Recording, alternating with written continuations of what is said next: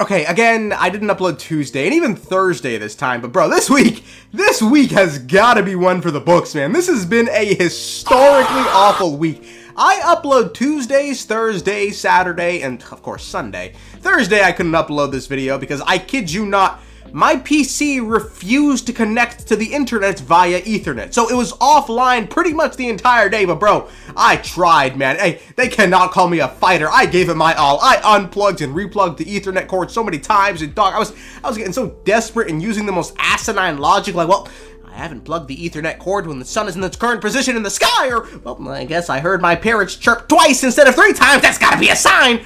All to no avail, and Microsoft support was about as useful in solving the issue as a dead fucking rat. Anyway, the next day, so Friday would be, it started out as a beautiful, tranquil Friday with all its serenity. I woke up fine and dandy and said, today is a great day. I can finally record and edit the video. I roll out of bed, make a cup of Ethiopian tea known as shahi, sit down, and what do you know, out of nowhere, I receive a phone call that an undead horde of racist Nazi zombies with nuclear weapons riding the dinosaurs, shouting slurs, are attacking a nearby children's elementary school that's on fire, plunging into a sinkhole while an earthquake happens, and it rains sulfuric acid. So, you know, I couldn't tolerate that, so I bolted downstairs, and as I was making preparations to face the army of the undead all alone, you know, by myself, I noticed an ugly-ass cabinet in the house, so I removed its contents, carried it backwards outside, and rolled my ankle from the second step, fracturing it. So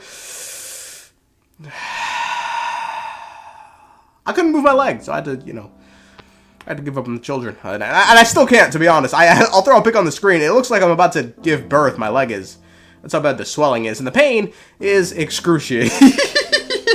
I've just been lying in bed watching old Goosebumps episodes and the movie A Night to Remember. Y'all ever seen that movie? That movie's actually not bad. Anyway, the video is shorter than usual because of that. You know, existing hurts right now. As for why I didn't make a video Tuesday, some of you might have noticed I skipped over that. You ready for this story? I'm lazy. I don't know, bro. It's summer. Just think of it like this. This lack of an upload schedule it's the calm before the storm. I mean, fellas and gals, the 5.0 live stream is a week away. So there's a big trailer on the horizon, and very soon after that, it's 5.0 with new Archon quests, new books, new artifact sets, character stories, side quests. Oh my goodness. So yeah, I'm conserving my strength for, you know, all that's to come. Yeah, that's a believable lie. Yeah, you did a good job spinning that one. Anyway, I want to finish this recording before all the drugs wear off, so let's fucking go! Oh, the mic fell down. Let's get you right there. There you are. Yep, there you go. There you go, big guy. Oh, you fell again. That's okay, we can. Today we will be talking about Emilie's story quest. And speaking of, I did win the 50-50 for her, so the lost streak ends at 3. Also, I swear to God, I thought 2 things. 1, she was going to be a witch. 2, she was going to have an adult model, but obviously the more shocking one was the adult's model. It was embedded into my mind for some reason. She was just going to be tall, long legs. I'm so dumbfounded at how short she is. She looks like a 12-year-old trying to look older. or a baby-faced 24-year-old teacher, you know, on their first day and they're self-conscious and they're trying to dress. Yeah, okay, that one's a bit too specific. This isn't going to be a normal quest recap, though. You know the story. No, none of that. No time for that. Sorry, lads. Because honestly, if I'm going to keep it a buck, I didn't pay attention to 95% of that. Hey, I was completely out of it until I heard the word Fatui and Delusion in quick succession and said, alright, it's time to sit up. Finally, there's something here. Now, was it something new?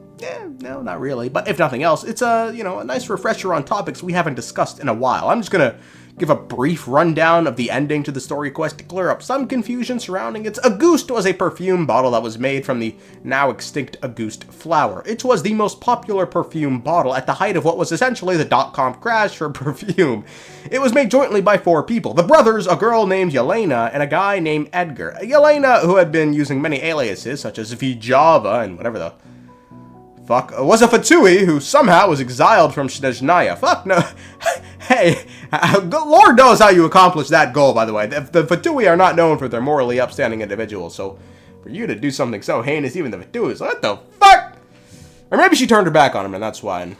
In any case, it's because the Elena the Auguste perfume bottle had elemental power that was actually derived from a delusion, a false vision handed out personally by the Tsaritsa. As a result, long-term exposure to the stuff could have been deadly, but it didn't matter. Trying to capitalize on the mania, they forced Yelena to keep working on the stuff, but as we know, using a delusion can fuck you up. So, Yelena aged rapidly. As the entire operation came crashing down, Yelena chose to burn it all, including herself, and leave behind her little brother, Kyria. The other three would be taken to jail and eventually released. However, shortly after Edgar was released, he would be killed by Kyria. Kyria would then use the power of the delusion to age himself and move to Sumeru, play the part of Edgar turning over a new leaf as he awaited the brothers' release to kill them. So keep in mind, we never met the real Edgar. He died long ago. This Edgar we knew, we came to know, and even the one Emilie ever knew was just Kyria, Yelena's little brother who aged himself using the delusion.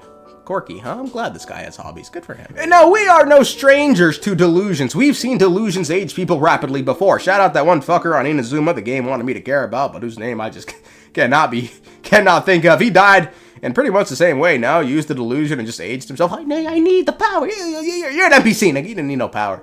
Delusions are interesting in that they are essentially the fossil fuels of Teyvat's, but instead of using the remains of dinos, they instead use the remains of the gods. Dead ones, still.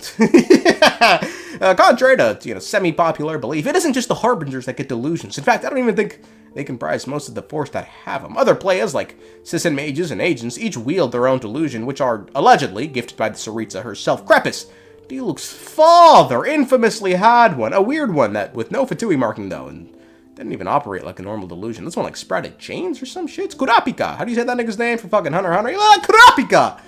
I think that's how you say it. He died because, Crepus died. Because the delusion just went kaboom on him. Which brings me to my next point. Delusions, despite all the drawbacks to using one, like having your life force sucked or it just backfiring on you, some, like the aforementioned Harbingers and mages and agents, can use them with no problem. Delusions are usually meant to give more power, buff the user. Unless, of course, you're Signora, in which case the delusion is simply meant to nerf you, as the reason she was given a cryo delusion was to temper her flames. As for how delusions are made, we don't know, it's a secret. However, I don't think it matters, because, my friends, delusions, it feels like, are representative of the Fatui vs. Celestia debacle. Delusions, in nearly every facet, are identical to the visions handed out by the heavenly principles. They give power to the wielder. Hell, they even look nearly identical, but unlike visions, which are a gift from the divine and only enhance the wielder, delusions are a false blessing from the Antichrist, the Tsaritsa herself, and unless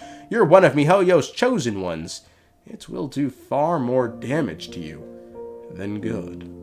Unless you're, Celestia, because then you can just, rationalize, well, the delusions are killing these idiots, so it's actually doing some good for us, but,